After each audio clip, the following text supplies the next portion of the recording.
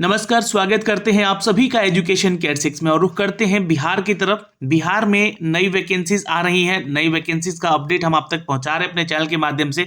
BPSC में जी हाँ 68वीं BPSC का नोटिफिकेशन दे दिया गया है, जहां से 281 पदों की वैकेंसी का अपडेट है। यहाँ आवेदन करने वाले छात्र जो है ग्रेजुएट हो सकते हैं, वही छात्र आवेदन करेंगे। साथ ही साथ कुछ ऐसे पोस्ट भी हैं यहाँ पे, चूंकि अग्निशमन का एक ऐसा पोस्ट है जहां पे आपको स्पेशल जो कि क्वालिफिकेशन मांगा गया है, उसके बारे में भी हमने डिस्कस किया आपको। अब छात्र जो है इंतजार कर रहे हैं कि बिहार एसएससी में जी हाँ इंटर लेवल की वैकेंसीज का इंतजार हो रहा है। मैं आपको थोड़ा सा एक झलक दिखला देना चाहूंगा, लेकिन उससे पहले एक छोटा सा नोटिफिकेशन और भी आपको देना चाहेंगे कि महाराष्ट्र में भी एक ऑल इंडिया वैकेंसी आई हुई है, जिसके लिए जो छात्र डिप्लोमा किए हुए इंजीनियरिंग में अपना, वो छात्र यहाँ पे आवेदन कर सकते हैं। देखिए, नई वैकेंसी का नया अपडेट भी हम आप तक पहुंचाने का पूरा प्रयत्न करते हैं। तो महाराष्ट्र सरकार की तरफ से दोस्तों यहाँ पे Maharashtra state power generation cooperative limited की तरफ से नया नोटिफिकेशन जारी किया गया है और ये है महागेनको जो कंपनी है दोस्तों, इन्होंने अपने एक ऑफिशियल वेबसाइट पे नया नोटिफिकेशन जारी किया है। करियर वाले सेक्शन पे जब जाएंगे आप यहाँ पे, तो आपको यहाँ से इसका नोटिफिकेशन भी देखने को मिल जाएगा। ये रिवाइज रिक्रूटमेंट है दोस्तों। आपको बता दें कि यहाँ पे असिस्टेंट इंजीनियर और जूनियर इंजीनियर के पोस्ट हैं, जिसके लिए एडवर्टीजमेंट संख्या 10/2022 को आप लोग डाउनलोड कर लीजिएगा और यहाँ से वो सारी जानकारी आपको मिलेगी जो कि आपको अपडेट की गई है। मैंने इसको डाउनलोड कर लिया है। यहाँ पे अगर टोटल वैकेंसीज की बात करें दोस्तों, तो 300 प्लस वैकेंसी है यहाँ पे। अब छात्र कहेंगे कि क्या ऑल इंडिया वैकेंसी मतलब बिहार के, यूपी के, झारखंड के, वेस्ट बंगाल के छात्र भी आवेदन कर सकते हैं? बिल्कुल, अगर आपके पास जो डिग्री है डिप्लोमा की, जी हाँ, वो वैलिड होना चाहिए और एक मान्यता प्राप्त विश्वविद्यालय से उसका वैलिडेशन होना चाहिए। तो यहाँ पे आप लोग देख सकते हैं ये टोटल वैकेंसीज का अपडेट दिया गया है। इसके बारे में अगर आप सारी जानकारी चाहते हैं तो प्लीज कमेंट सेक्शन में कमेंट ज्यादा से ज्यादा कीजिएगा और अपडेट कीजिएगा। यहाँ पे कौन कौन से छात्र क्या एलिजिबिलिटी क्राइटेरिया रखते हैं उसके बारे में बताया जाएगा। सैलरी क्या मिलेगी, एज क्राइटेरिया क्या रखा गया है, और यहाँ पे डिपार्टमेंटल जो वैकेंसीज हैं उसका भी अपडेट दिया गया है। यह छात्र यहाँ पे आवेदन करेंगे और कितने पोस्ट के लिए छात्र जो है यहाँ पे अपडेट कर सकते हैं अपने इन पोस्ट को, है ना, कितने, और फॉर्म को कैसे भरना है, ये सारी जानकारी भी यहाँ पे दी गई है। हाउ टू अप्लाई वाले सेक्शन में जाके आप पढ़ सकते हैं।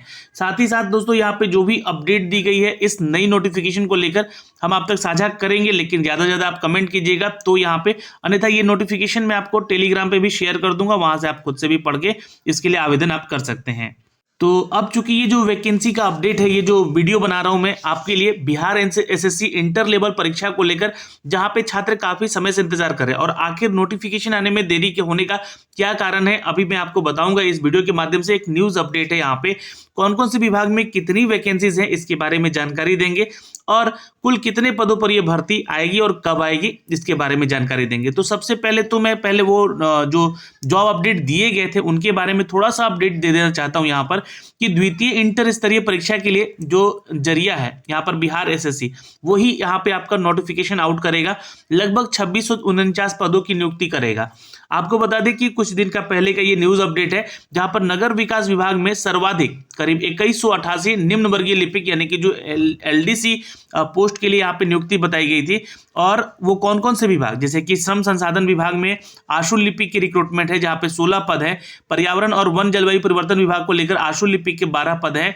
और मंत्रिमंडल सचिवालय राजभाषा विभाग सहायक राजभाषा अनुदेशक की 1 पोस्ट है। स्वास्थ्य विभाग में अगर देखें तो फलेरिया निरीक्षक का 69 पोस्ट है। मंत्रिमंडल सचिवालय में अगर बात करें राजस्व विभाग को, तो यहाँ पे सहायक अनुदेशक का 7 पोस्ट है। मंत्रिमंडल सचिवालय में अगर देखें राज्य भाषा विभाग में ही, तो अनुदेशक का पोस्ट है 7 यहाँ पे। श्रम संसाधन विभाग में निम्न वर्गीय लिपिक का पोस्ट है यहाँ पे 54। और मंत्रिमंडल सचिवालय राज्य भाषा विभाग में ही टंकन यहाँ पे सह लिपिक का जो कि पोस्ट है 4 दिया गया है।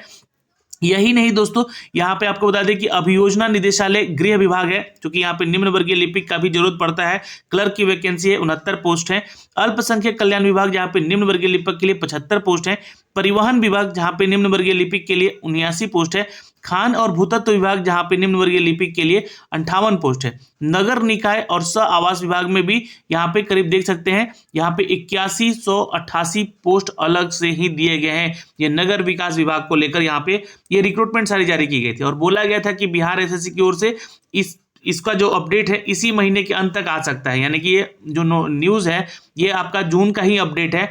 आपको बता दें कि सबसे अधिक जो है इस विभाग में नौकरी मिल सकती है, लेकिन अभी तक जो है इन विभागों में कोई भी अपडेट नहीं दिया गया है, अधिसूचनाएं नहीं भेजी गई हैं।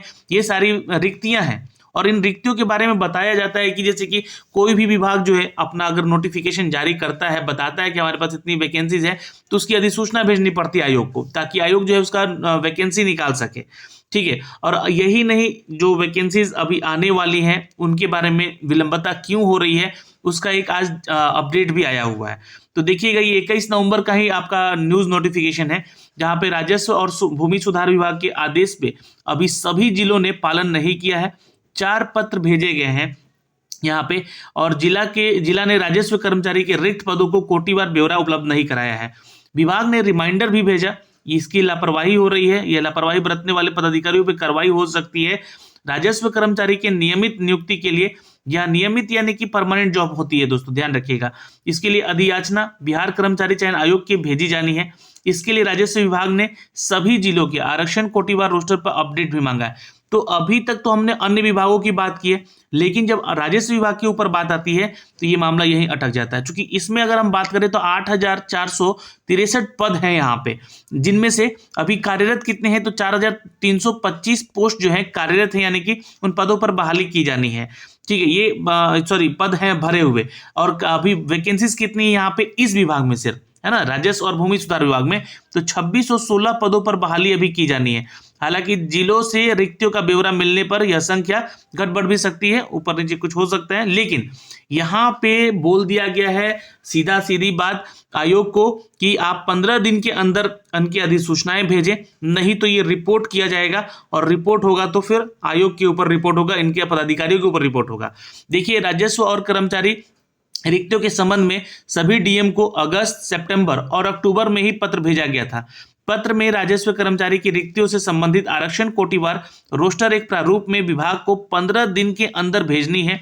यदि किसी जिले ने रिपोर्ट नहीं भेजी तो उस जिले को रिक्तियां शून्य मानकर अधियाचना आयोग को भेज दिया जाएगा।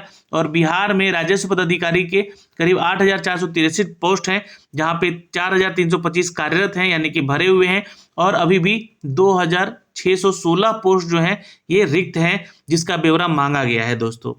तो ये दोस्तों राजस्व जो मंत्री हैं उन्होंने सभी अफसरों को बोला है कि एकजुट होकर काम कीजिए, और जितनी भी नोटिफिकेशंस में रिक्तियां हैं, है ना, वो आप आयोग को यहाँ पे समर्पित करें, ताकि जो है इसका नोटिफिकेशन निकाला जा सके और इसकी वैकेंसी भी ली जा सके।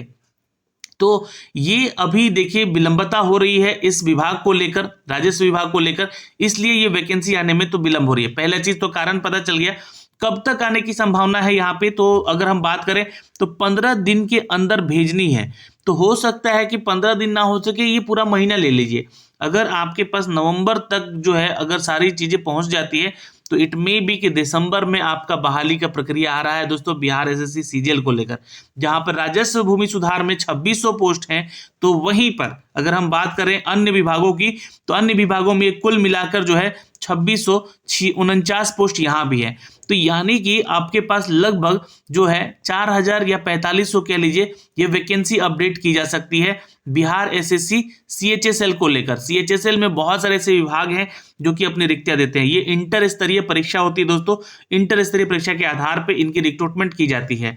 यहाँ पे सैलरी की अपडेट की जाए तो दोस्तों लेवल 4 से लेवल 6 तक की सैलरी अपडेट होती है, और साथ ही साथ दोस्तों इसमें क्वालिफिकेशन जो मांगे गए हैं वो इंटर स्तरीय पास के लिए मांगे गए हैं। 18 से लेकर यहाँ पर जी हाँ 28 साल तक के छात्र आवेदन कर सकेंगे। जी हाँ, अगर ये थोड़ा सा इसमें एज क्वालिफिकेशन को अगर डेट बढ़ाया जाए तो 30 साल तक के किए जा सकते हैं, क्योंकि ये काफ़ी लंबे समय से इंतज़ार है इस बहाली को, क्योंकि 8 साल से इंतज़ार कर रहे थे छात्र। यहाँ बहाली की प्रक्रिया की आगे होगी, दूसरा इंटर स्तरीय परीक्षा होगा, 8 साल तक ये प्रक्रिया अभी रुकी हुई है, तो हो सकता है कि इनका एज क्राइटेरिया भी बढ़ाकर दिया जाएगा। तो कब तक आएगी वैकेंसी, तो दिसंबर में मोस्ट प्रोबेबली ये वैकेंसीज आपके सामने आने की संभावनाएं हैं।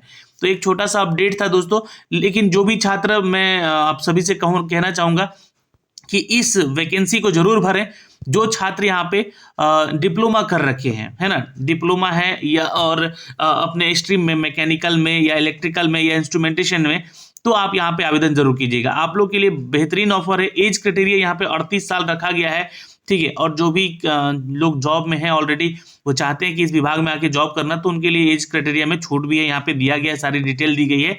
इस नोटिफिकेशन को मैं शेयर कर रहा हूँ आप लोगों के लिए। महाराष्ट्र जो कि बिजली विभाग की तरफ से ये वैकेंसी अपडेट की गई है, आपके लिए वैकेंसी ऑल इंडिया है, चूंकि ऑल इंडिया के छात्र इसको आवेदन कर सकते हैं।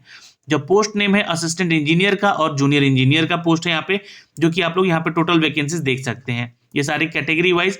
और महाराष्ट्र के छात्रों को भी यहाँ पे रिजर्वेशन का फायदा मिलेगा, तो जो भी छात्र बिलोंग करते हैं महाराष्ट्र से वो भी इसका फॉर्म भर सकेंगे, ठीक है। और ये क्राइटेरिया होनी चाहिए। यहाँ पे सैलरी की अगर अपडेट देखें दोस्तों, असिस्टेंट इंजीनियर की तो 49,210 रुपये का सैलरी है, जो कि प्लस अलाउंस मिलेगा आपको, तो ये मान के चलेंगे 55,000 से 60,000 तक की सैलरी आपकी बन सकेगी, ठीक है। अब जो क्राइटेरिया है आप लोग भी चेक कर लीजिएगा। मैकेनिकल स्ट्रीम में जो छात्र यहाँ पे इंजीनियरिंग की है, प्रोडक्शन में, इंडस्ट्रियल इंजीनियरिंग में, प्रोडक्शन इंडस्ट्रियल इंजीनियरिंग में, या थर्मल इंजीनियरिंग में, या मैकेनिकल में, ऑटोमेशन में, वो छात्र यहाँ पे आवेदन करेंगे। ये डिप्लोमा वाले छात्रों के लिए।